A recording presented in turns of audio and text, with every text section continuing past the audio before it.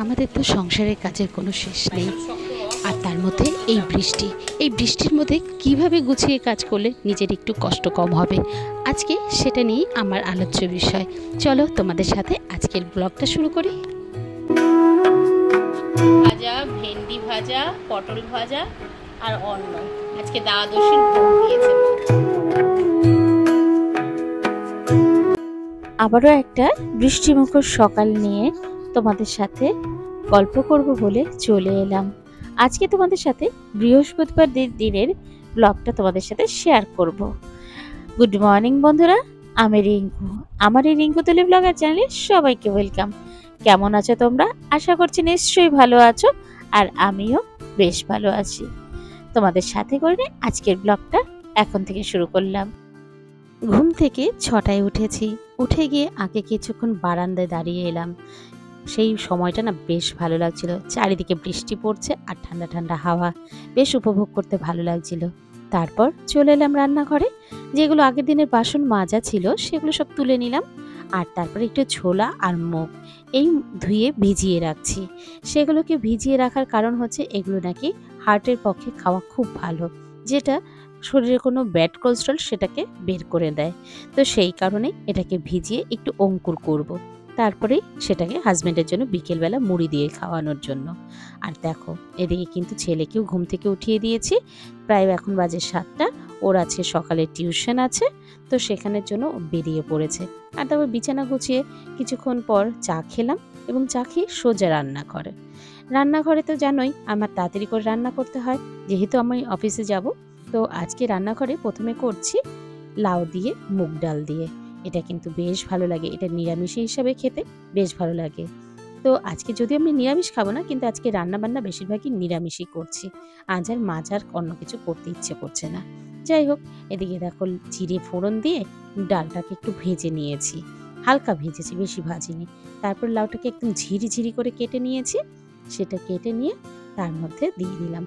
এবার তারপরে নুন আর হলুদ আর কাঁচা লঙ্কা আর সামান্য একটু জিরের গুঁড়ো এইটা দিয়ে বেশ কিছুক্ষণ কষাবো। তারপর দেখবে একদম লাউ ঘন্টটার মতন হয়ে যাবে, একদম মানে ঘন্টের মতন, যেখানে কোনো কিছু আর দানা দানা থাকবে না। ঢাকা চাপা দিয়ে রান্না করলে রেডি হয়ে যাবে মুগ ডাল দিয়ে লাউ ঝালি। এটা কিন্তু রুটির সাথেও খেতে ভালো লাগে, আর ভাতের সাথে তো ভালো লাগেই। আর এবার সকালে জলখাবার করব। জলখাবারে রুটি করছি আর হাজব্যান্ডের জন্য সুজি। যারা সুজি খাবে খাবে, আর যারা সুজি খাবে না তারা এই লাউ ঝালি দিয়ে খাবে। আর কদিন ধরে এত পরিমাণে বৃষ্টি হচ্ছে বন্ধুরা, কি বলবো, সারা বাড়ি যেন জামা কাপড় দিয়ে ছড়িয়ে ছিটিয়ে রয়েছে। কিছু করার নেই, এরকম অবস্থা হলে তো আমাদের জামা কাপড় ঘরে শুকানো ছাড়ার উপায় নেই। কেন কি বিভিন্ন ফ্যানের হাওয়াতেই আমি কিন্তু জামা কাপড় শুকাচ্ছি। কোনো সময় বেডরুমে দিচ্ছি, কোনো সময় ডাইনিংয়ে দিচ্ছি, এইভাবে করেই আমি জামা কাপড় শুকোচ্ছি।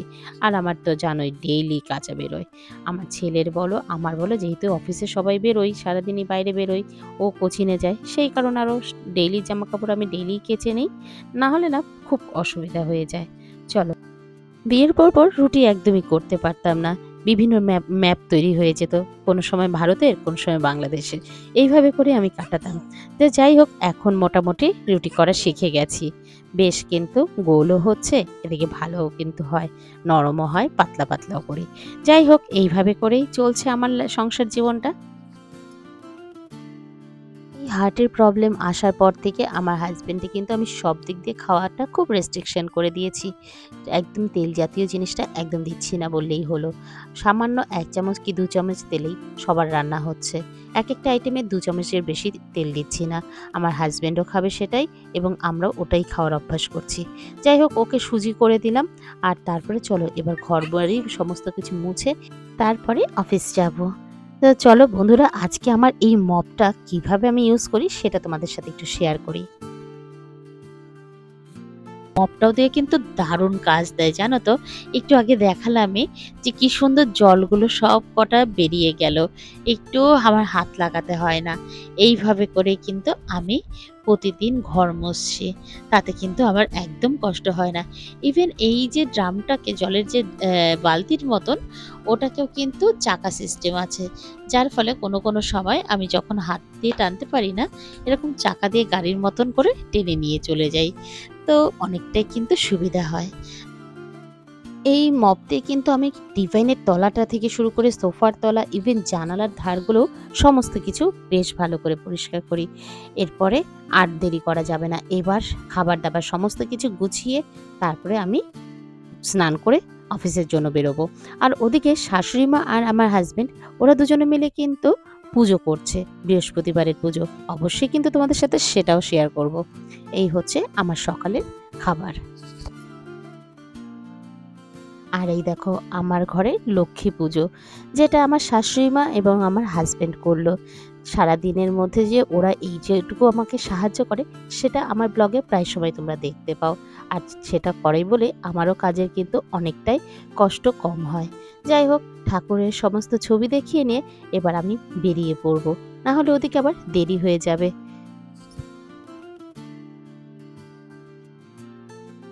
এই পর্যন্ত ভিডিও দেখে তোমাদের যদি কোনো অংশ ভালো লেগে থাকে, প্লিজ একটা লাইক, কমেন্ট এবং শেয়ার করে দিও তোমাদের বন্ধুদের মধ্যে। আর তুমি যদি আমার চ্যানেলে নতুন বন্ধু হয়ে থাকো, তাহলে চাইলে আমার চ্যানেলটাকে সাবস্ক্রাইবও করতে পারো। আর অলরেডি যারা করেছো তাদেরকে অসংখ্য ধন্যবাদ। চলো এবার তোমাদের সাথে করে নিয়ে আমি আমার অফিসের উদ্দেশ্যে রওনা দিলাম। বাড়িতে সমস্ত কিছু মোটামুটি গুছিয়ে রেখে এসেছি, আর এদিকে কিন্তু এখনও বৃষ্টি পড়ছে। এই ছাতা মাথায় নিয়ে চললাম। আজকে সারাটা দিনই খুব বৃষ্টি কষ্ট দিয়েছে। গুড ইভিনিং বন্ধুরা, অফিস থেকে এই এলাম। বুঝতেই পারলে সারাদিন আজকে প্রচুর প্রচুর পরিমাণে বৃষ্টি ছিল, ভিজে গেছে। এক ড্রেস পরে গেছি, আরেক ড্রেস পরে বাড়ি ফিরেছি। অফিসে এক সেট ড্রেস রাখা থাকে বলে রক্ষে, যাই হোক এই ড্রেস পরে বাড়ি চলে এসেছি। আর তারপরে আর কি কি হয়েছে সবটাই গল্প করবো, চলো তার আগে কিছুটা দেখাই। মা কিছু ভোগ দিয়েছিল, সেই ভোগের প্রসাদ আনা হয়েছে। কিভাবে এনেছি সেই গল্পটা করব, তার আগে দেখে কি কি দিয়েছে। এই দেখো, এখানে আছে কাঁকরোল ভাজা, ভেন্ডি ভাজা, পটল ভাজা আর অন্ন। আজকে দ্বাদশীর ভোগ দিয়েছে মা।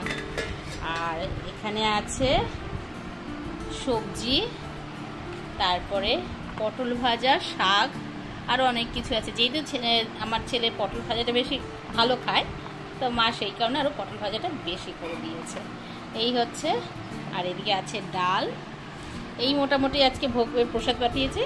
আর এটা সমস্ত কিছু নিয়ে একটা ঘাপ্পা পাঠিয়েছে। এটা সমস্ত কিছু দিয়ে একটা মাখা প্রসাদ। এটা গোবিন্দের চরণে দেওয়া তুলসী, সেটা আমার হাজব্যান্ডের জন্য পাঠিয়েছে। এই ছিল আজকে মায়ের ভোগ। তো একটা দরকারি আনার ছিল, সেটা মায়ের কাছে ছিল, সেটা আনতে গিয়েই ওলা বাইকের যে ক্যারিয়ার আছে, তো আমি এটা ইনড্রাইভ থেকে করেছি। ইনড্রাইভের থেকে ওখানে বুকিং করলাম।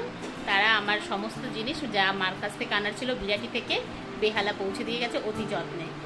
যদিও চার্জ একটা আছে সাথে, তবু ভালো, আমার কষ্টটা কম হলো। নাহলে ওটা আনার জন্য আমাকে যেতে হতো বেহালায়। যাই হোক, তার জন্য অসংখ্য ধন্যবাদ কোরিয়ার সার্ভিসকে।